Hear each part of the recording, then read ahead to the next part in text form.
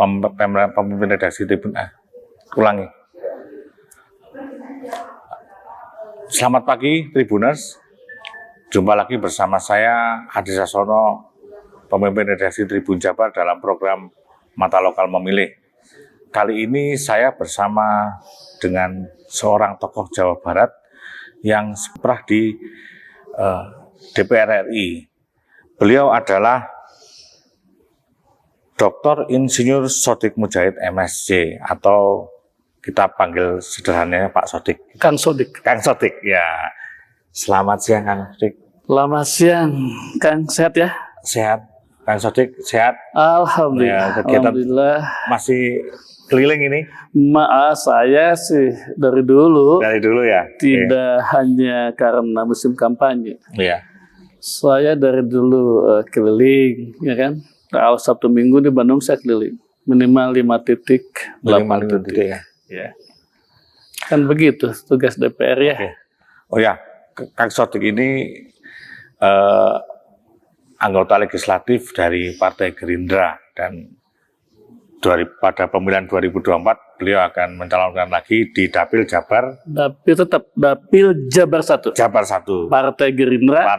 Nomor 2. Nomor 2. Nomor urut 2. Nomor 2 ya. 22. Kalau presidennya Prabowo juga, semua teman-teman gampang. 222. 222.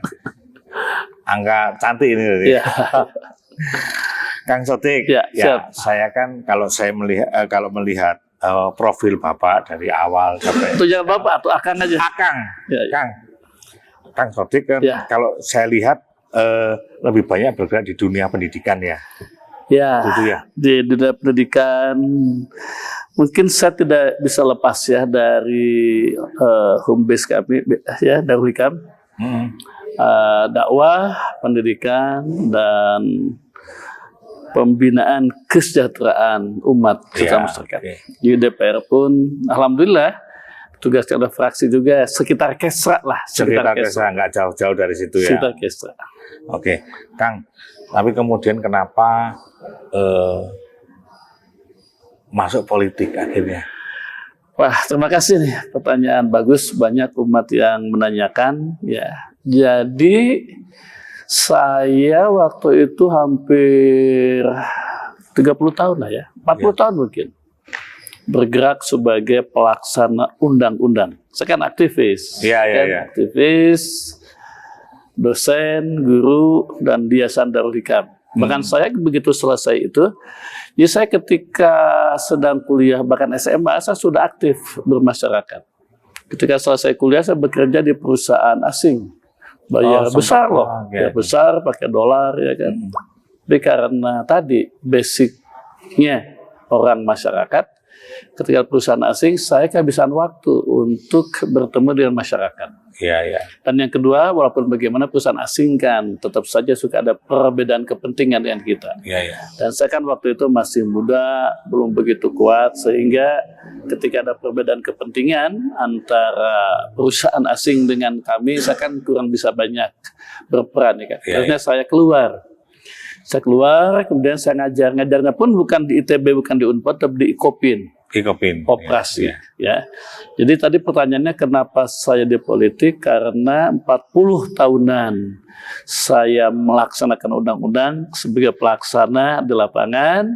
Nah, kata teman-teman ya saya kira sudah waktunya katanya. Bukan hanya pelaksana undang-undang tapi juga membuat undang-undang atau juga sebagai eksekutif gitu. Ya. Gubernur atau wali kota, tapi saya milih legislatif saja. Iya.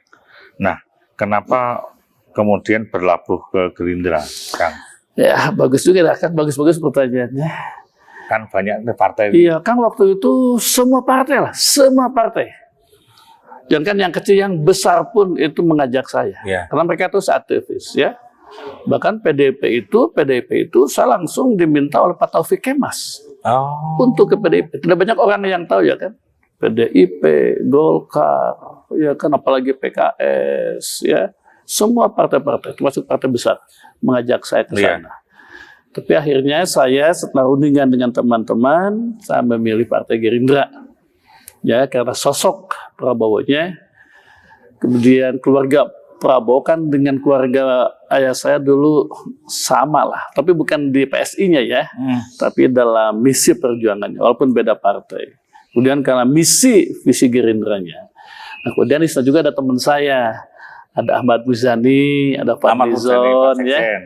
Itu yang akhirnya saya memilih dengan bulat Partai Gerindra. Dan Partai Gerindra akhirnya di Bandung mendapat kursi DPR. Ya, ketika saya mencalonkan itu. Jabar yang kan pertama. Juga Pak Ketuanya kan. Iya, Jabar 1 ya. Iya. Oke Pak. Jadi kursi pertama Gerindra untuk Jabar 1, Ketua Bendang Ketujuh adalah saya.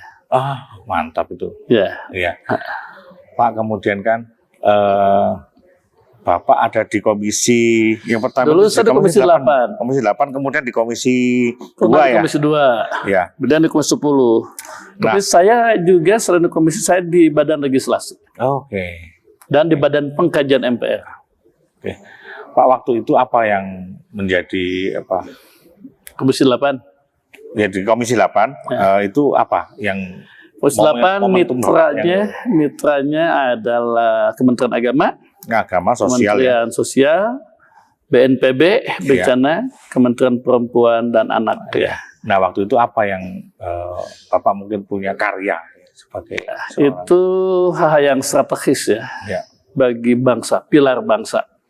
Walaupun dari sisi sisi dunia gitu, dianggapnya itu adalah komisi air mata. Apa itu Pak? Ya DPR suka ada guyon, suka ada guyonnya, tapi ini guyon saja. Ada yang sebut dengan komisi mata air, ada yang sebut dengan komisi air mata. Ngerti ya. Ada yang basah dan kering gitu. Walaupun tidak sepenuhnya benar, tapi ada guyonan begitu saja gitu. Ya. Tapi bukan dalam konteks yang salah. Kalau komisi mata air misalnya komisi 6 kan mengurus ini BUMN ya kan. Komisi 7 mengurus Pertamina Energi dan lain-lain. Kalau komisi 8 tadi ngurus agama, ngurus sosial, ngurus perempuan, ngurus bencana. Bencana air mata semua ini. Saya tugaskan di sana. Dan saya full 5 tahun memimpin di sana. Jarang ya suatu fraksi menugaskan orang di sebuah pimpinan sampai 5 tahun. Biasanya ganti-ganti. Dan saya periode kemarin full tugaskan memimpin komisi 8. Apa yang saya lakukan, ya misalnya itu undang-undang difabel. Itu kan selama ini kurang perhatikan. Kita perhatikan, ya kan? Undang-undang bencana, undang-undang bencana. Kemudian ini juga yang sempat heboh, undang-undang penghapusan kekerasan seks. Yang waktu itu mau agak terbuka ruang untuk LGBT. Nah, saya mempertahankannya sampai tidak disahkan zaman saya itu untuk menutup LGBT yang desakan dari luar, dan juga sebagian teman-teman DPR itu memang mendukung LGBT itu. Dan yang juga katanya fenomena adalah soal undang-undang haji. Undang haji, kenapa? Karena saya mengakomodasi KBIH yang selama ini berperan tapi tidak mendapatkan tempat dalam undang-undang, tidak mendapatkan tempat dalam manajemen haji, padahal mereka faktanya sangat berperan. Ya, dengan undang-undang haji itu maka KBIH masuk dalam undang-undang sehingga keberadaannya terlindungi. Apa waktu itu poin pentingnya? Ini kan mungkin beberapa bulan lagi haji Pak. Satu yang tadi peranan KBIH. Mereka itu faktanya sangat amat berperan dalam perjalanan ibadah haji. Tapi mereka keberadaannya tidak terlindungi sehingga oleh Kemenak bisa dipakai, bisa tidak. Padahal oleh jamaah haji itu sangat amat diperlukan. Terutama dalam persiapannya. Kenapa Kemenak itu seperti melihat KBIH sebagai saingan begitu? Padahal faktanya jamaah itu sangat yang menyiapkan menyiapkan, mendampingi dan lain-lain ya. Walaupun ada petugas pembimbing ibadah haji dari Kemenak, jumlahnya terbatas, ya kan. Kemudian kedekatannya, jamaah itu lebih senang kepada pembimbing dari KBIH. Tapi sekali lagi KBIH keberadaannya kurang, sehingga kurang dipakai, dan dengan adanya undang-undang ini maka dia terlindungi. Yang kedua itu kepastian keberadaan haji plus. Haji plus ini selama ini angka tiap tahunnya itu diberikan mendadak oleh Kemenak. Jumlahnya berapa persen gitu. Sedangkan mereka perusahaan usaha kan ya nggak? Iya. Berapa persen, berapa jumlahnya kan harus ada kepastian. Mereka sering tidak kepastian dan diberi kepastian menjelang keberangkatan saja. Saya berikan kepastian 11%. Ya. Yang ketiga ada struktur biaya haji. Itu saya rapikan. Beberapa hal yang inefisien di dalam struktur biaya haji saya kurang. Yang tidak efisien apa Pak kira-kira? Misalnya ada kunkernya terlalu banyak, rapatnya terlalu banyak, pengadaan barang-barang yang bisa langsung oleh jamaah tidak usah lagi. Oke. Katanya mungkin demi keseragaman harus ini. Iya. Dan saya waktu itu pun saya kan dulu pembimbing haji. Saya pembimbing haji di Darul Hikam, pembimbing haji di KBIH Pusdai, saya pendiri KBIH Pusdai kan, dan saya juga pendiri travel ini, saya juga dulu asisten Pak Miftah di Safari Suci. Jadi saya ketika debat dengan orang Kemenak, saya sudah 20 kali haji. Jadi saya lebih menguasai lapangan. Termasuk ketika saya jadi ketua panja ongkos haji, itu bisa saya turunkan. Oke. Ya selain tadi, selain ketua panja undang-undang haji. Ini soalnya kalau haji itu berita selalu ditunggu itu Pak. Iya. Dan apapun sekecil apapun masih ditunggu karena memang kepentingan rakyat Indonesia juga besar. Dan sekarang kan 241.000 ya. Gede juga itu. Ya. Nah waktu di Komisi 2 Pak, ada pemerintahan dalam negeri, agraria, tata ruang, BPN ya, PAN-RB, Setnek, banyak juga Setkap, KSP. Ya, saya kira Komisi 2 saya tidak lama, tapi yang mungkin lebih atau paling bermanfaat adalah saya inisiator revisi Undang-Undang ASN.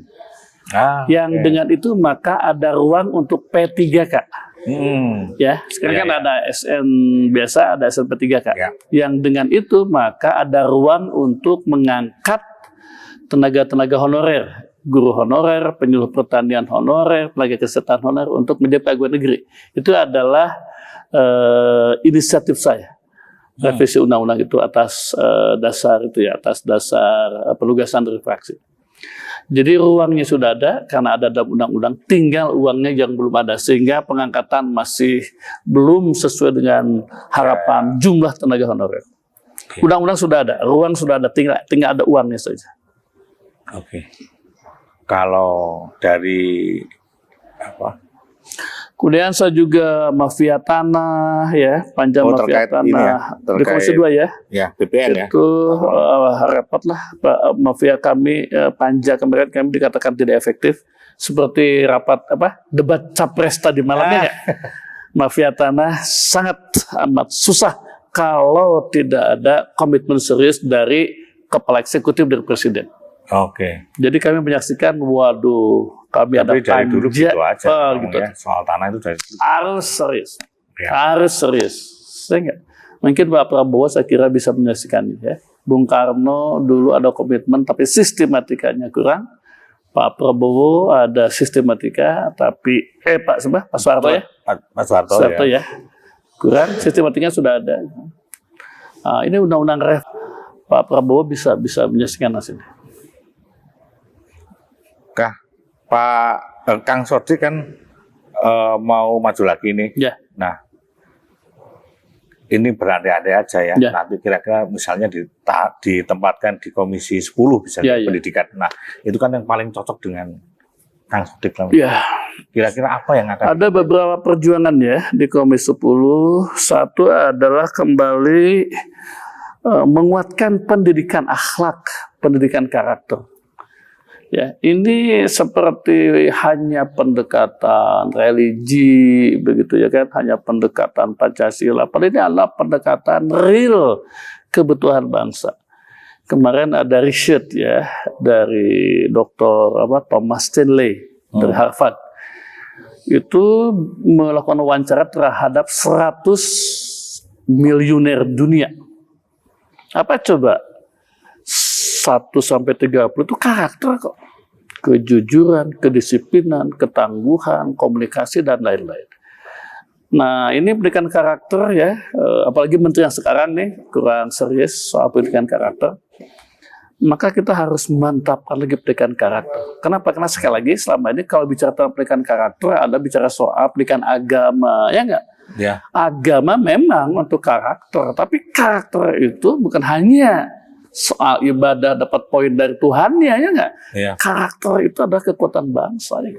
Padahal kita ada kan bagaimana karakter lebih penting dari ilmu, ya kan? Ya. Bagaimana dulu Bung Karno dan Pak Hatta membangun national character building, ya kan? Kita harus kuatkan lagi karakter, baik untuk orang perorangan ataupun juga untuk bangsa. Ya. Bangsa-bangsa besar kan bangsa bacaan tadi kuat karakter. Jerman dulu ya, kemudian Jepang ya. Kang. Jadi itu ya satu pernikahan karakter. Yang kedua adalah ini juga soal sekolah-sekolah swasta. Ya. Ya, kenapa itu kan? Sekolah swasta kan dianaktirikan. Ya. Padahal jumlahnya banyak, perannya banyak, tapi kurang mendapatkan tempat. Itu karena memang dalam undang-undang posisi sekolah swasta itu marginalis, harus kita kuatkan. Yang ketiga adalah tentu tenaga pengajarnya, baik tadi status guru honorer dan lain-lain, dan juga adalah kualitas kita tingkatkan. Yang keempat tentu adalah soal kesejahteraan. Ya, itu kan yang pertama pertanyaan saya kan soal karakter anak-anak ya, karakter siswa macam itu kan sudah disuarakan kalau mungkin 10-15 tahun terakhir, tapi kok tidak pernah kemudian menjadi muncul dalam program yang secara nyata gitu. Iya, ini harus jadi salah satu agenda bangsa kita ya. Harusnya BPIP, Badan Pengelola Idul Pancasila itu ya, harusnya tekanannya ke situ. Sekali lagi, pandangan orang kalau saya ajak bicara tentang karakter bangsa, pendidikan agama, ya enggak? Kesannya begitu. Kalau agama normatif tuh kan. Agama normatif, dan kan sekarang makin banyak orang yang berpikir, agama nomor berapa, ya enggak? Padahal karakter sekali lagi adalah kebutuhan orang, kebutuhan keluarga untuk sukses, dan agama itu ada untuk itu, ya enggak? Ya. Nah, ini saya tidak melihat sesuatu yang serius baik di Mendikbud, apalagi muncul sekarang, termasuk di Badan Pembina Idul Pancasila. Harusnya hak karakter baik di level orang-orang, di level keluarga, dan di level bangsa. Ya pintar harus, cerdas harus, kreativitas harus, ya enggak? Digitalisasi apalagi. Tapi kan basicnya adalah individualitanya, karakternya, ya, mentalnya, jiwanya. Pintar tapi jiwanya tidak tangguh bagaimana? Pintar tapi jiwanya rakus korupsi bagaimana? Pintar tapi dia egois bagaimana? Nah, hal-hal yang begitu yang kita ini. Kang, kemudian soal sekolah swasta kan, ini menarik kan. Terutama ya tadi soal masih termarginalkan ya. Kemudian kalau kita lihat dari sisi yang tingkatan yang lebih tinggi di perguruan tinggi itu banyak universitas swasta, perguruan tinggi swasta yang merasa tidak mendapatkan pasokan mahasiswa baru karena sekolah-sekolah negeri membuka banyak ruang. Iya, karena yang tadi pemerintah kalau bicara tentang pendidikan yang terfikirnya itu adalah perguruan tinggi negeri dan sekolah negeri, ya kan? Padahal tidak sempat terakomodasi oleh negeri, akibatnya mahal dan lain-lain, ya kan? Dan yang kedua, swasta juga adalah bagian dari, kan dalam undang-undang swasta itu boleh berpartisipasi, ya enggak? Itu adalah salah, kan sebuah pemerintahan yang besar tadi memberikan sebanyak-banyak partisipasi. Dan partisipasi bangsa kita dalam dunia pendidikan, sejak lahir bangsa ini, ya enggak? Sekarang pemerintah kok bukannya membesarkan partisipasi itu, tapi justru menekan sehingga banyak yang gulung tikar, ya enggak? Apa yang salah? Oke, swasta meminta dana, memang negeri tidak. Sekarang banyak kok negeri pungutan-pungutannya besar, enggak? Jadi kita hargai partisipasinya, kita hargai kekhasannya, kita hargai komitmennya, dan juga kita hargai perannya mereka dalam menjangkau masyarakat. Kan tidak semua bisa terakomodasi oleh negeri. Banyak loh yang gulung tikar, apalagi musim-musim penerimaan siswa baru. Kan aneh ya. di Indonesia ini yang bisa masuk perguruan tinggi kan hanya berapa persen, kecil banget kan. Iya. Tetapi di satu sisi banyak sekolah swasta yang belum tikar. Iya. Kan aneh itu sebenarnya. Betul. Nah, itu yang tadi visi dari presidennya, visi dari Mendikbudnya, ya kan? Kan pemerintahan yang bagus begitu, bukan bermain sendiri tapi mengakomodasi. Ini mengakomodasi sejak pra kemerdekaan sudah ada pendidikan, ya enggak?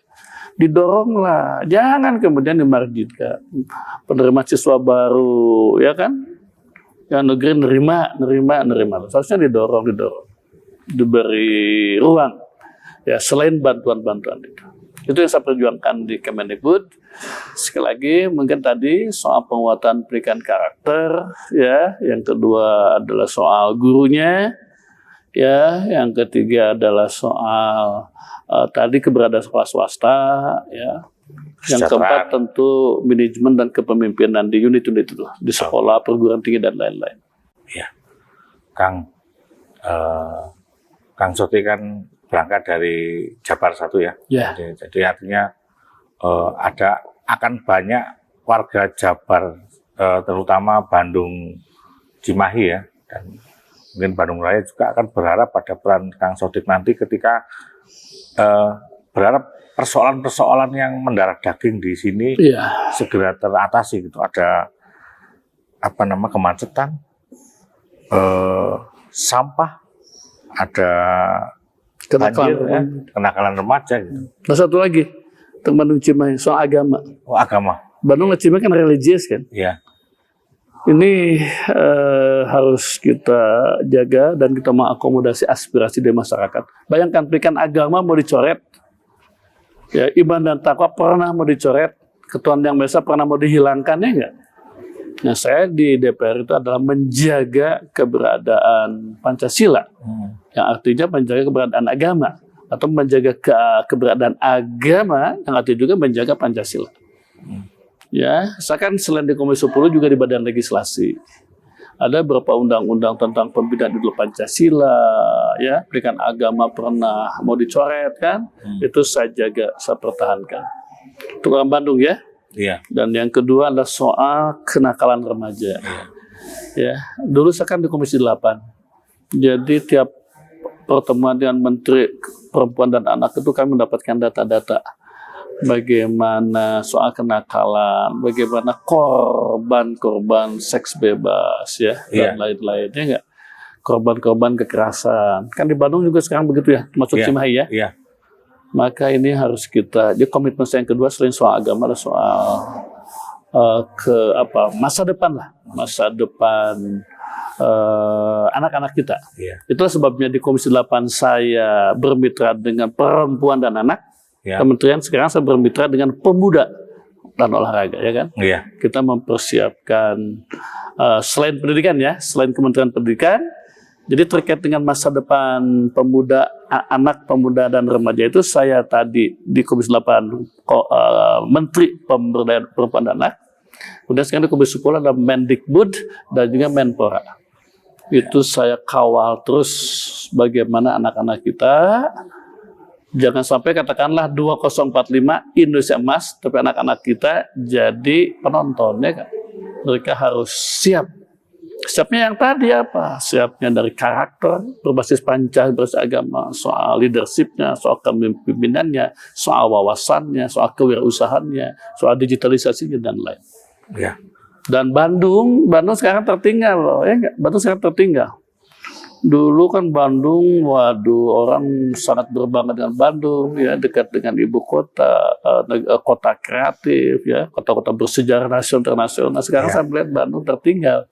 Jangankan oleh ibu kota provinsi yang di Jawa, dengan yang di luar juga kita tertinggal. Salah satu contohnya apa yang kelihatan nyata di mata Kang Sodik? Contoh ketertiban, ya kan, kebersihan, ya kan, pemukiman, ya kan, kreativitas. Untung saja orang Bandung memang tanpa pemimpin pun mereka budayanya kreatifnya enggak. Iya. Tapi enggak, kota-kota lain itu dipercepat loh. Culture mereka yang kreatif, yang inovatif, punya pemimpin yang kuat.